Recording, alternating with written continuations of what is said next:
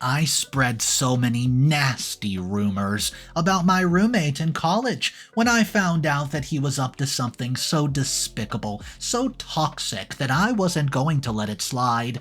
Let me tell you my story about my nightmare roommate. I'm a 19-year-old freshman and just started college about 3 months ago. College has been, for the most part, an absolute blast. I love the freedom. Yes, I know I have a responsibility to show up to class, and I do, but it's great that there aren't any real consequences if I decide to sleep in one day.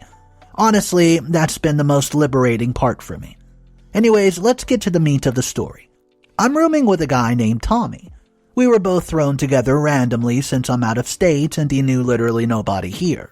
He's not a bad roommate per se, but when we first met, we got along pretty well.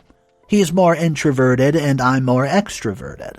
But we respected each other's boundaries and had a few good chats and generally stayed out of each other's way. He's a psych major while I'm a computer science major, so our worlds don't really intersect, do they? Most of this semester, Tommy's been practically invisible. I'd often find myself having the entire dorm room to myself when he was in class, which, not gonna lie, felt pretty darn great. I figured he would probably have a girlfriend or a study group that he was hanging out with most time. Let's fast forward to last week. I started hearing whispers around the dormitory, things that involved Tommy's name, and people would stop talking when I approached or look at me with a mix of pity and amusement. I just brushed it off initially, attributing it to the usual college gossip, but then one night, I walked in on something that left me stunned. My room was transformed into what looked like a makeshift therapist office. There was a small circle of students, a couple of them crying, while Tommy sat in the center, scribbling notes, and as soon as I entered, the room went silent. Tommy quickly whispered something to the group, and they all left very quickly, leaving just the two of us. "Hey, what's going on?" I asked, still in shock. "Oh, look, man, I didn't think you'd find out this way. I've been using our room as kind of a therapy session for some of the students. I thought since you're rarely here in the evenings, it would be fine." Therapy session? Dude, you're a freshman. People trust me. I guess I have a knack for it, and with the stress of freshman year, a lot of students just needed somebody to talk to. But our room, dude? Why? It's private, man, and I feel comfortable here. It took me a moment to respond, but dude, it's also my room. Tommy seemed taken aback, saying, "I thought you wouldn't mind. You're never here anyways." "Well, that doesn't make it okay, Tommy." And the whispers, the looks, "Have you been talking about me?" I might have shared a story or two about our living situation to help others just relate.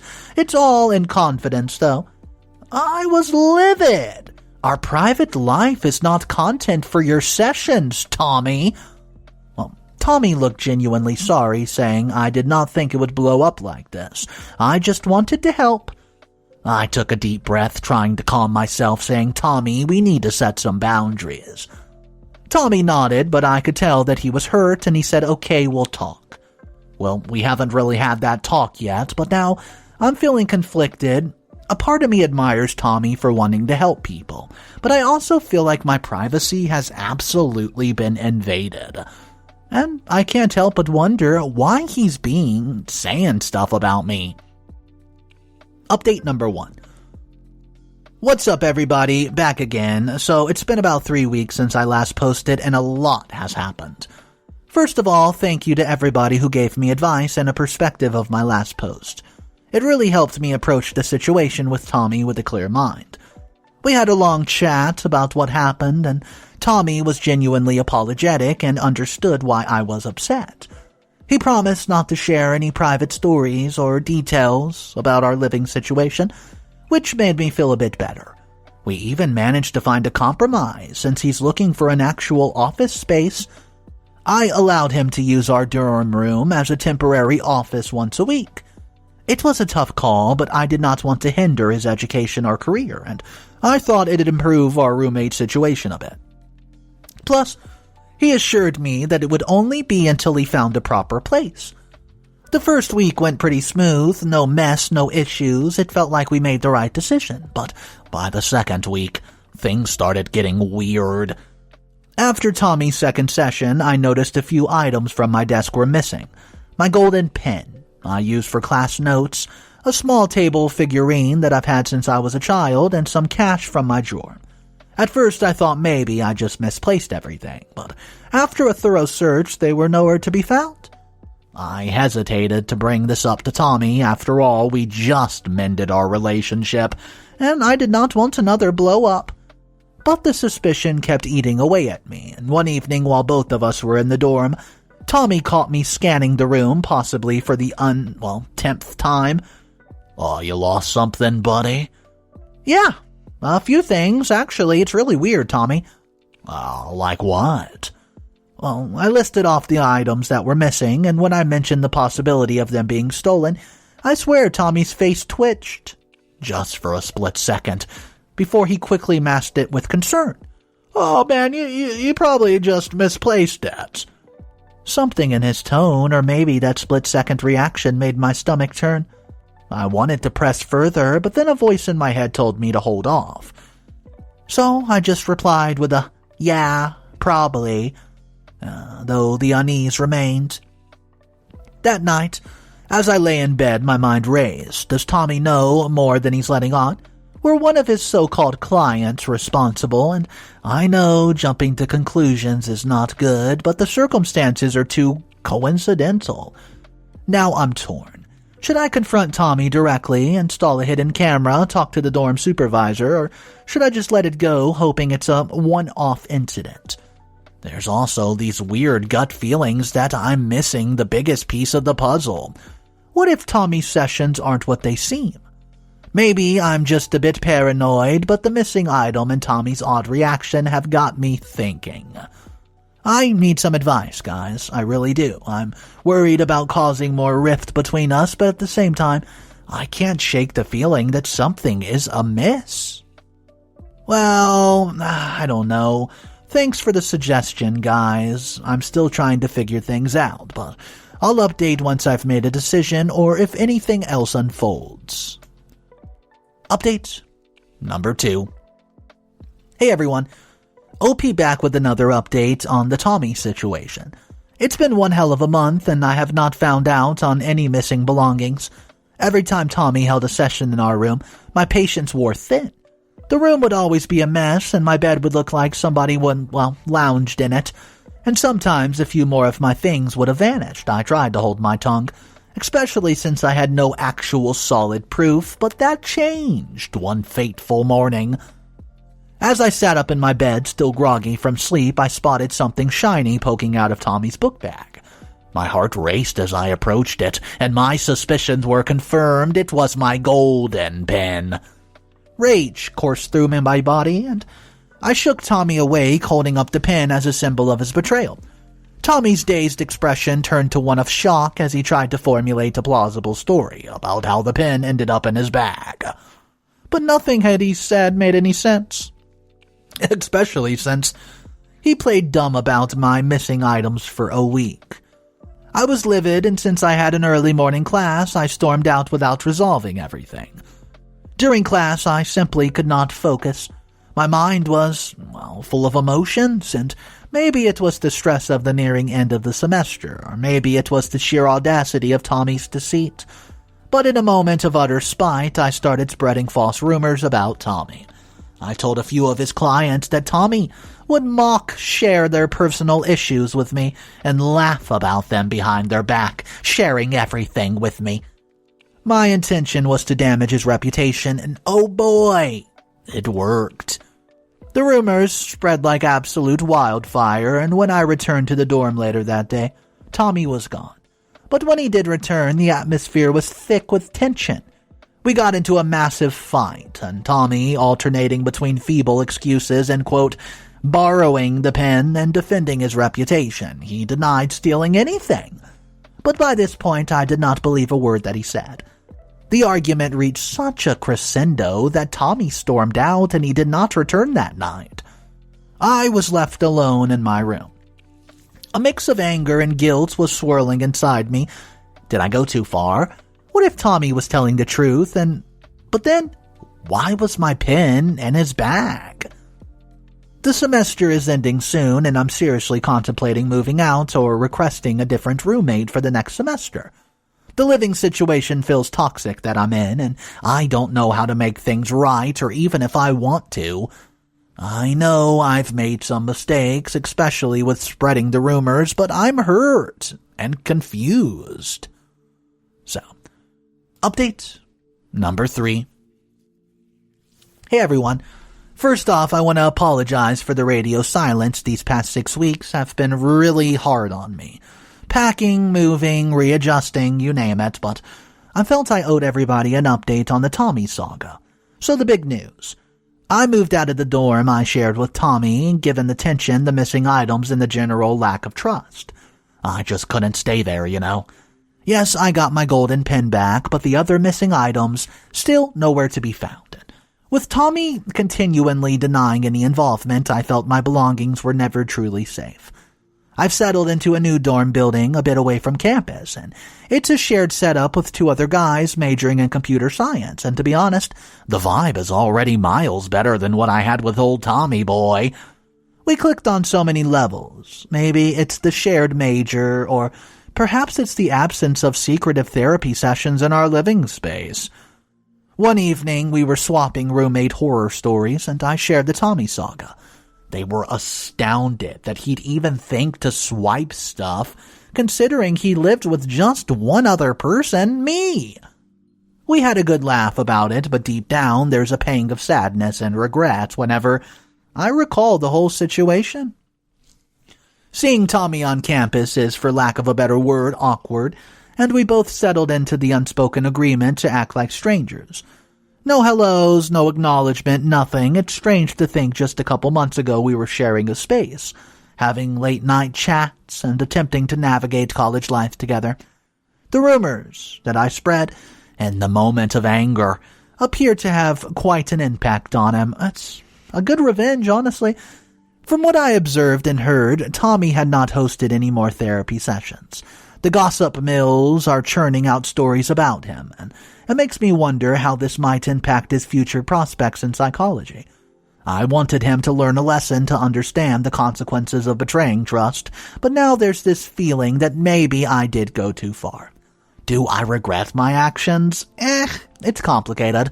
On one hand, I feel somewhat justified he hurt me, so why not strike back like a cobra? But on the other, I wonder if my method of retaliation with strikes was harsh and too damaging. Did I have the right to potentially jeopardize his future career? In the grand scheme of things, we're both young. So college is a time of learning and growing. Not just academically, but personally too. Maybe Tommy will change for the better. Perhaps he'll find a way to rebuild his reputation, or maybe he'll choose a different path entirely, and as for me, I've got to work on managing my reactions and understanding that 2 wrongs don't make a right. But now I have to ask you guys, am I the a-hole for spreading fake rumors about my roommate, potentially ruining his reputation? Comment number 1 from the updates and the original post. I genuinely don't understand how you even allowed Tommy to conduct therapy sessions in a shared dorm. That's a clear violation of your space. Bringing in strangers without your consent, that's a big no-no. I mean, having a friend over is not a big deal, but elaborate therapy sessions? Come on! And then there's the theft. Once a thief, always a thief, as the saying goes. He cannot even own up to it. Sounds like a classic bad roommate situation to me. Definitely not the a-hole. Comment number 2. I get where you're coming from, OP, but I do wish you would have handled things differently. Spreading false rumors, especially about such a sensitive topic, that is a low blow. I mean, yeah, Tommy should not have stolen from you, but it sounds like he only stole a pen.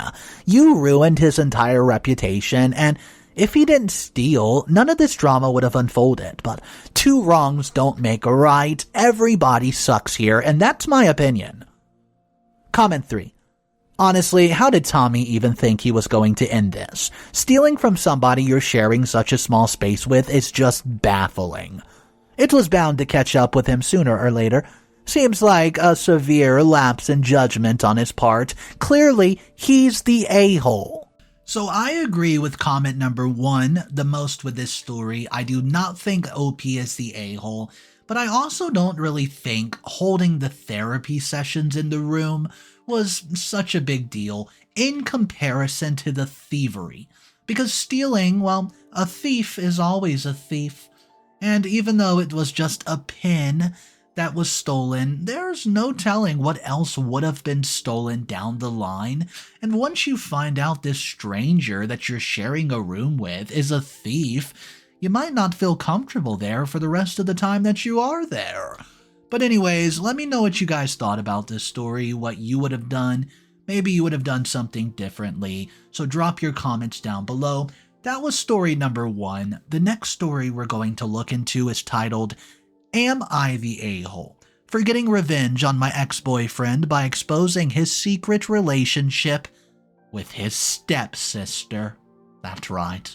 Hey everyone, so I'm 18 and I started talking to this guy, Seth, around 2 weeks ago. It was completely unexpected and I was grocery shopping with my mother at Seth's family-owned store, which I've been to countless times, by the way. It was surprising when Seth approached me. We had some light conversation and then out of nowhere he asked me out. I remember blushing and stuttering a bit but agreed because he seemed genuinely sweet.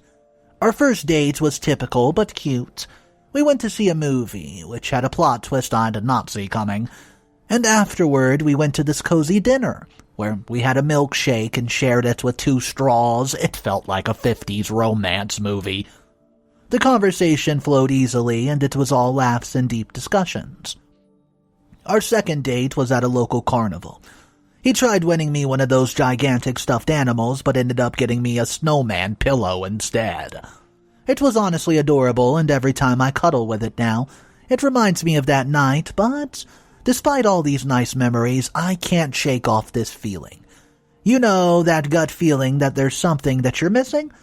We haven't even had our first kiss, not because of a lack of opportunity, but because there's this nagging thought at the back of my mind like he's hiding something.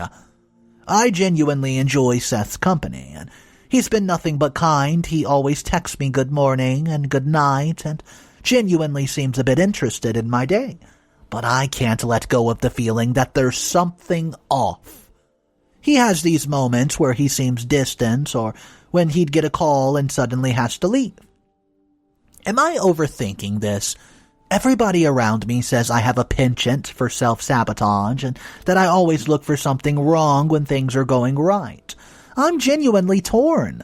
I like him, but these red flags, or what I perceived as red flags, make me doubt.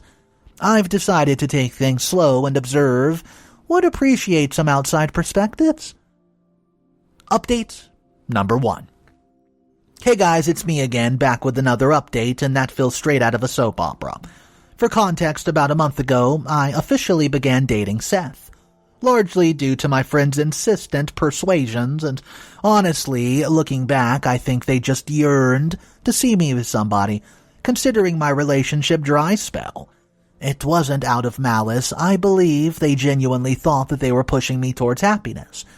At the outset, Seth and I hit it off surprisingly well.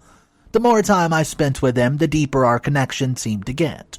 We shared laughter, stories, secrets, and yes, a few passionate kisses. Yet, lurking beneath this facade of a blossoming relationship was an unsettling sensation. The nagging feeling that Seth was harboring a secret, hoping to, get rid of my doubts.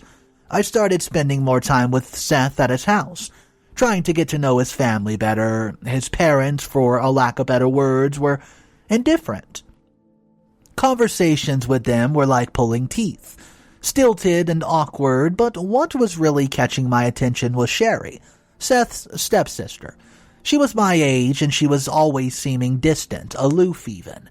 Her presence was sporadic at best, but the frequent text notification between her and Seth raised an eyebrow. Initially, I dismissed it as a just close sibling chatter, and now the moment that has me writing this update. A couple nights ago, we were at a friend's backyard bonfire party. A small, intimate gathering, drinks were flowing and stories were being swapped, and for a moment, the world felt perfect. As the night matured, I noticed Seth's phone abandoned next to me, its screen lighting up repeatedly. Curious, combined with a dose of concern, led me to peek at it, just to ensure there wasn't an emergency happening. But what felt like a sucker punch to the gut followed. Messages between Seth and Sherry. I'm talking intimate exchanges, innuendos, and plans for the night. The one that still rings in my ears, though, Sherry's request for Seth to pick up some condoms on his way home after dropping me off. My heart froze and the words were just blurring as tears welled up. Overwhelmed, I went to the bathroom and just had a break and quietly slipped away, urgently summoning an Uber. My escape was punctuated by the frenzied buzzing of my phone and messages from Seth, each more frantic than the last, and all I managed to reply was, "Hey, I'm home. Talk later." My emotions a roiling storm of betrayal, anger, and utter disbelief. I've spent the last few days in seclusion, grappling with my feelings. The idea of Seth being involved with Sherry, his stepsister of all people, is both revolting and heart-wrenching. The conflicting emotions have me in turmoil, and every time I think of confronting him, fear and disgust knot up inside me. Where do I go from here? The very foundation of my trust has been shattered, replaced with a morass of doubt and hurt.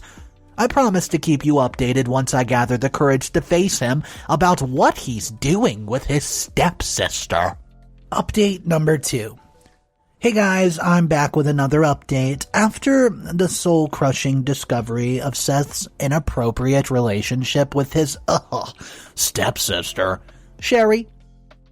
I felt paralyzed by emotions for days. Every waking moment was consumed with the revulsion of their secret, and the weight of betrayal pressed heavily on my heart. The feeling of being used, the public humiliation I felt knowing they must have laughed behind my back, it was all too much to deal with. In my despair, a sinister plan began to form. I wanted payback. Not in a dangerous or harmful way, but I wanted Seth and Sherry to feel the weight of their actions. The repulsion of their secret being out. With no tangible evidence in hand, I knew I could not just openly accuse them. But I remembered the stern, devoutly Catholic demeanor of Seth's stepmother. If there was somebody who would disapprove of such behavior, it would be her. Planting the seed of doubt would be enough, and letting her instincts and observations do the rest. One afternoon, seeing that Seth's truck was absent from their driveway, I took the opportunity, and my heart raced as I approached their front door. Knocking with feigned confidence, Seth's parents greeted me with a bit of surprise and curiosity. Taking a breath, I began my story and I said, "I'm here because I think you should know why I really ended things with Seth." I began trying to maintain composure. One night I stumbled upon intimate, and I mean intimate, text messages between Seth and Sherry. The contents were disturbing, to say the least, and their expressions went from confusion to sheer disbelief. His stepmother's face turned pale and her eyes widened in shock, while the father's face contorted to a mix of anger and, realization. His gaze darted away as if trying to connect the pieces of a puzzle in his mind.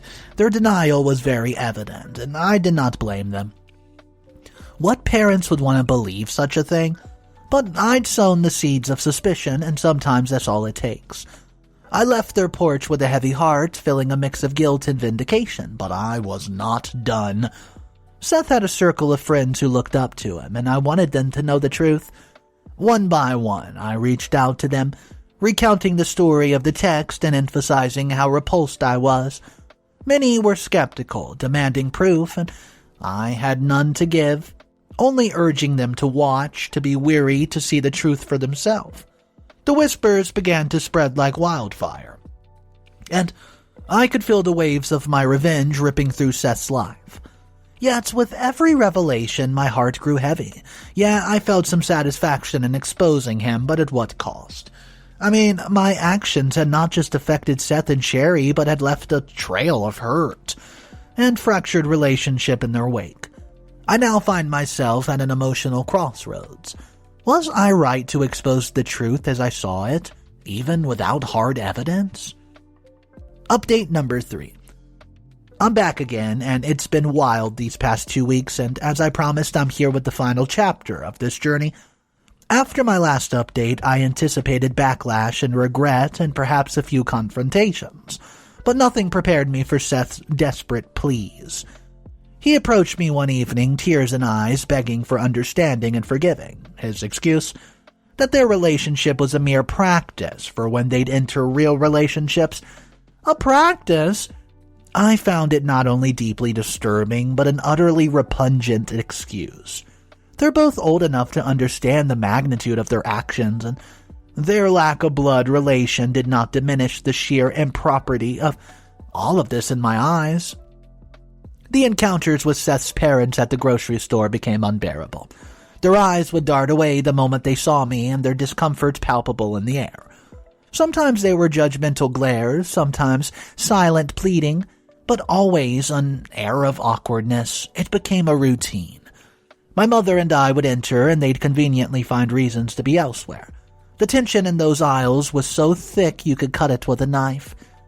Eventually, the stress of potential encounters overwhelmed me, and I did not want my mother to bear the brunt of my decisions, so we started driving an extra 20 minutes to shop at another store. It's a small price to pay for peace of mind these days, and honestly, the fresh start feels good. The town's rumor mill has been in overdrive. I hear whispers of what I've done, both supportive and critical. Some applaud me for standing up for myself, while others believe I went too far, without concrete evidence. Seth and Sherry have become somewhat pariahs. Their once buzzing social lives now mere shadows of the past. Looking back, I oscillate between the pride of taking a stand and the weight of the consequences my actions triggered. I was cheated on, deceived in the worst way imaginable. The sting of betrayal, combined with the vile nature of his relationship, still leaves a bitter taste in my mouth, and while part of me believes that people should face the repercussions of their actions, another part wonders if I took it too far. Was public shaming the right route, or could I have handled it a bit differently? It's this seesaw of emotions that's left me confused. I don't really regret standing up for myself, but the aftermath, the shattered lives and relationships does weigh on my conscience, so am I the a-hole for how I dealt with Seth and Sherry's little dirty secret? Let me know what you guys think in the comment section. Comment number 1 from the original post. Oh my gosh, I'm absolutely mortified. OP, the audacity of Seth to maintain such a relationship behind your back while being committed to you. That's just disgusting. You're definitely not the a-hole here.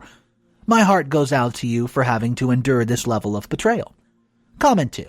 Well, ain't this a plot twist? Let me guess, this story is set in Alabama. But in all seriousness, wow, what a ride. Comment 3. Honestly, OP, I'm surprised you did not blow up this whole situation on Facebook or Twitter or Instagram. Seth needs a taste of his own medicine. What he did is seriously messed up.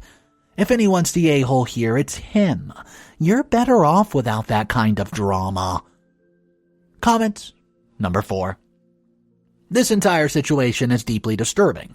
I'm genuinely surprised the parents did not express gratitude for your shining light on such a dark family secret. Makes me wonder what happens after you told them? Were there repercussions for Seth and Sherry? Seriously, this is the kind of thing that gives me sleepless nights. Comment number 5. As a father with a blended family similar to Seth's, this is the worst nightmare. My goodness. If my kids were ever caught up in something so revolting, I'd disown them in a heartbeat. That being said, OP, you're absolutely not in the wrong here. Let's be real. Seth betrayed you in the most disgusting way possible, and he deserves whatever backlash he gets. So it turns out the majority of the comments are saying, well, I don't think you're the a-hole at all, OP. All you did was expose Seth for some weird twisted thing that he was up to with this stepsister. So I do want to hear from you guys what you would have done. Maybe you would have done something differently if you were in OP's position. Let's drop our comments downstairs in our comment section. Guys, thank you for joining me on another revenge story, right here on Mr. Reddito's Revenge. If you guys ever have any similar stories to the stories that we're reading in today's video, go ahead and drop your stories down below in the comment section. I love reading similar experiences. Anyways, that's going to be all for today. Make sure you guys subscribe for daily revenge stories. I'll see you tomorrow, and remember, it's cool to be kind. See ya.